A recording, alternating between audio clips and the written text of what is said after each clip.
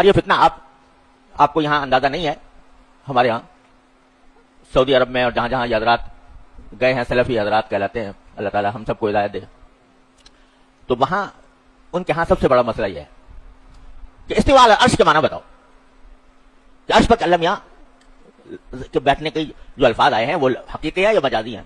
अगर मजाजी कहते हो तो तुम अहले सुन्नत से खारिज हो, बल्कि काफिर तक कहने को तैयार, और लिहाजा कहो कि हकीकी माना मुराद है।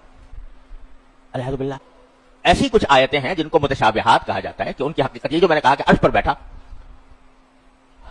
तो अर्श पर बैठना क्या मतलब है, किस तरह बैठा, क्या उसकी हकीकत है, इसमें इसको कहेंगे कि यह मुतशाबिहात में से है। अरे भाई इस चक्कर में न पड़ो।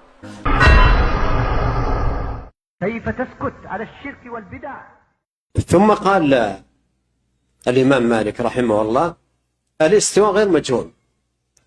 معنى الاستواء غير مجهول يعني معلوم، ومعنى معلوم أي معناه معروف في اللغة. الاستواء العلو، استوى على العرش، على وارتفع، فالمعنى لا يجهل، معروف المعنى. وهكذا عموم الصفات المعاني معروفة. الآن لما نسمع بل يداه مبسوطتان، المعنى معروف، لكن إذا كان السائل يسأل عن الكيفية لا ندري. بل يداه مبسوطتان، اليد معناها معروف.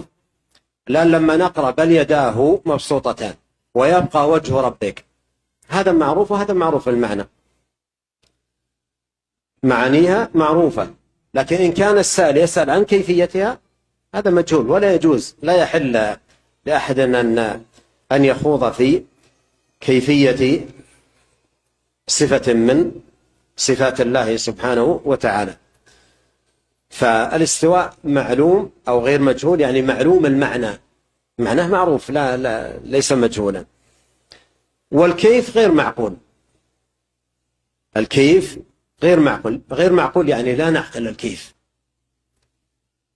الله عز وجل أخبرنا بالصفات ولم يخبرنا بكيفيته، نثبت ما أخبرنا به ولا نخوض في ماذا؟